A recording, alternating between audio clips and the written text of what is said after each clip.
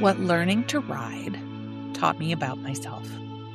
Hi, everyone, and welcome back to Hot Flashes and Horsepower. I'm Shell, road name Pass Out. And if you're new here, this is the podcast where we talk about motorcycles, midlife, confidence, adventure, and what it means to keep growing long after society thinks we're supposed to have everything figured out. Today's episode is a personal one. We're talking about what learning to ride taught me about myself. Now, when I first decided to take the motorcycle safety course in my 50s, I thought I was signing up to learn how to operate a machine. I thought I would surprise my guy with an M endorsement on the back of my license. We'd laugh, and I'd probably end up back on the pillion seat of his Harley. I thought I'd learn things like, clutch control, braking, quartering, shifting. And yes, I learned all of those things in the MSF course. But what I didn't expect was that learning to ride would become one of the biggest personal development experiences of my life. Because motorcycles have this funny way of holding up a mirror. They expose our fears, our habits, our confidence or lack thereof, our insecurities, our strengths, and sometimes they show us parts of ourselves that we didn't even know were there. So today, I want to share some of the biggest lessons I learned about myself through this journey. And maybe you'll recognize yourself in some of these too. And if you're considering learning something new in midlife, whether it's riding or starting a business or leaving a relationship or changing careers or chasing some dream you've put off, I hope this episode encourages you to take that first step because you might discover a whole lot more than just a new skill. You might discover yourself. Lesson number 1, I was more afraid than I thought. Now, one of the first things riding taught me was just how much fear I had been carrying around. Now, I didn't think of myself as a fearful person. I raised kids. I obtained my higher education. I built a career. I managed responsibilities. I handled difficult situations. I survived a divorce. I thought I was pretty freaking brave. And then I swung my leg over a motorcycle and suddenly every what if in the world decided to show up for the party. What if I drop it? What if I stall? What if everybody laughs at me? What if I crash? What if I'm too old for this shit? What if I can't do it? It's amazing how quickly fear shows up when you're doing something that matters to you. And what I realized is that courage is not the absence of fear. Courage is the choice to keep moving anyway. Every rider remembers those first moments. The first time you eased out the clutch, the first time you pulled onto a real road with traffic, the first time you ride faster than neighborhood speeds, first time you got on the freeway. That fear doesn't magically disappear. You just learn, whoa, I'm capable of handling this. That was a huge lesson for me, not just on a motorcycle, in life. Now, learning to recognize fear within my body in this process also taught me how much fear I carry around on an everyday basis, just in my non-riding life. Learning to recognize the physical signals, those fear signals within my body as part of the riding process has taught me, holy crap, lady, you are wound tight as a drum. You are carrying all this anxiety and fear around with you. You got to learn how to deal with that. And that's been something that I've been actively focused on. And I am so grateful that learning to ride also had the byproduct of teaching me to recognize fear and anxiety within my body outside of riding. Now, lesson number 2, confidence is built, not found. I used to think that confident people were somehow different, like they possessed this secret quality the rest of us didn't, that they were just born with this, the way some people are born with, blue eyes or freckles or webbed toes. Some people are born with confidence, right? Nope. Motorcycles taught me something very different. Confidence is not something you find. It's not something that's just an innate quality. It's something that you build one tiny success at a time. That first smooth shift. Yes. First successful U-turn. First highway ride. First long distance trip. The first time you handle a situation that would have terrified you a month earlier. Confidence isn't a feeling, it's evidence. It's proof you've collected from doing hard things. It is multiple data points in the aggregate. That realization changed a lot for me because I stopped waiting to feel ready. Instead, I focused on becoming ready. And there's a huge difference there. I remember the first time I decided to brave the freeway. Um, my guy and my son and I had all gone for a morning ride. We had a, kind of a standing tradition of on, weekend mornings, we'd all hop on our bikes and we would ride somewhere locally to go grab breakfast or brunch. And we were coming back from brunch and on our way home, and I was leading, and I decided, you know what, this is the day I want to try getting on the freeway. So I went to the cross street with the last exit prior to my exit. So essentially getting on the freeway so I could go one exit on the freeway and then get off. And I was terrified out of my mind. And my guy and my son are behind me and they're like cheering me on, like, yeah, go, go, go. Let's do it. They were ready to see me give it a try. And I got on the freeway and yes, I was scared out of my mind. But then I got on there and realized that actually the freeway's really freaking easy, all things considered, because you don't have cross traffic. You don't have things coming at you from all different directions. You're just going fast, right? Got on the freeway, got off at the next exit, was able to pat myself on the back and go, okay, I did that. I can do that. And then I worked my way up. 2 exits, 4 exits. Now I'm riding 1,100 miles on the freeway without even batting my eye. Not because I was born confident, not because I just, am naturally cocky about my riding. It's because I worked up to it and I collected enough data points about my ability to determine I was ready to stretch my skills. And then I built on that. And it was awesome. It's awesome. Now, lesson number 3, perfectionism was holding me back. Ooh, this one hit me hard because it is so true in so many parts of my life. I am, in fact, quite the neurodivergent individual.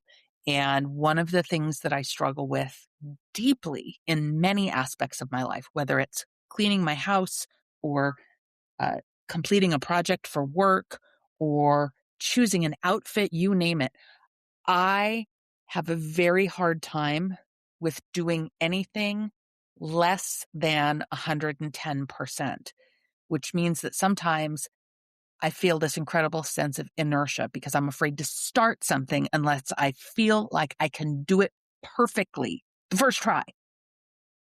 Not always the healthiest approach. I know this, but that's one of the reasons why this lesson was so important for me. I've always been somebody who wants to do things well, maybe too well, definitely too well. When you're learning to ride, perfectionism can become a really big problem because you're going to make mistakes. I made a shit ton of them. You're absolutely going to stall the bike. I did that a lot. You might drop the bike. Yep, did that too. You might miss a gear. Lost count of how many times I've done that. You might overshoot a parking space. Oh, yep. If you remember from an earlier episode, that's how I dropped my current bike the first time. You might feel awkward and clumsy all the time. If your expectation is perfection, you're going to be miserable. And God knows I was. I had to learn that progress matters more than perfection. I had to learn that mistakes are not evidence of failure. They're evidence that you are learning. Honestly, I wish I had learned this lesson 20 years ago. My life would have been a whole lot easier. How many things have we avoided because we didn't want to be a beginner? How many opportunities have we missed because we weren't immediately good at something? Learning to ride reminded me that being bad at something is often the first step toward being good at it. This whole experience has taught me to let go of my expectations for myself when it comes to perfection and the need to always be good at something from the jump. Lesson number 4, I am more resilient than I give myself credit for. Every rider has moments that do not go according to plan. Bad weather, unexpected road conditions, long days, physical exhaustion, moments where you wonder what the fuck you're doing, and somehow you keep going. One thing I've learned is that resilience isn't about never struggling. It's about continuing despite the struggle. I discovered that I could handle discomfort. I could problem solve. I could adapt. I could recover from my mistakes. And every challenge I've overcome adds another brick to the foundation of confidence that I was building and that I continue to build. I shared about a recent road trip that my girls and I took. We rode from Phoenix, Arizona to Tulsa, Oklahoma, and back to attend a rally in May. And we faced some fairly challenging wind conditions on Interstate 40 most of the way between northern Arizona and Oklahoma, and definitely on the way back.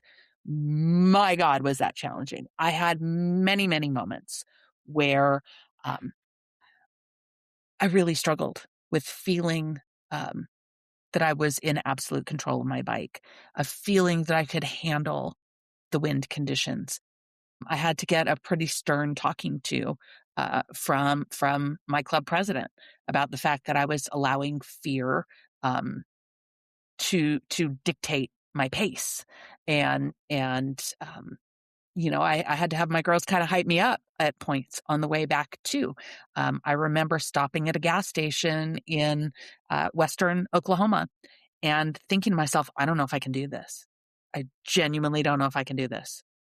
And looking at the weather that was up ahead and looking at basically every one of our stopping points along that route, Amarillo and Tucumcari and Albuquerque and Gallup and Flagstaff, they all were like extreme wind conditions. I'm like, we're just not going to get a freaking break. And um, I'm not doing well with this, and I don't know if I can do this. And you know what? I did it.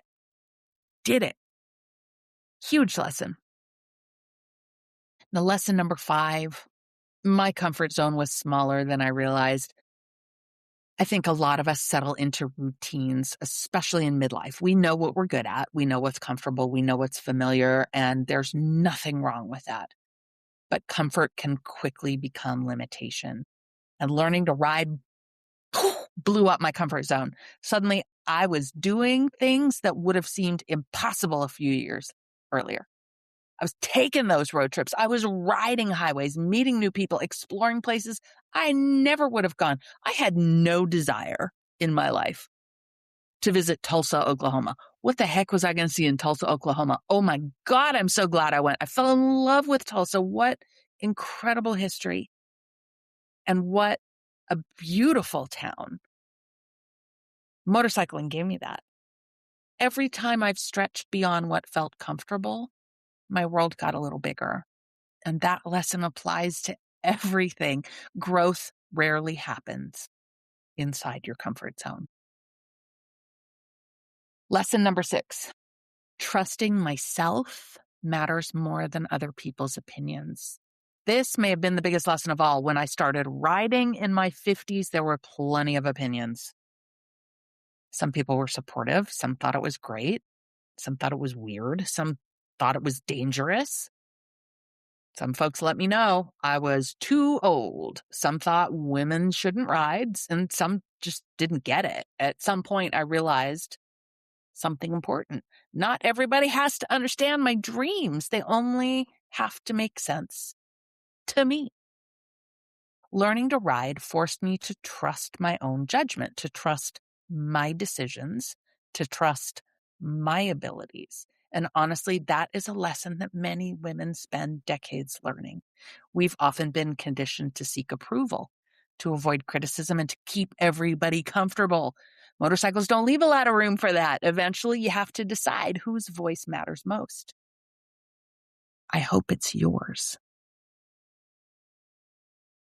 Lesson number 7, it's never too late to reinvent yourself. One of the greatest gifts writing gave me was proof that reinvention is possible.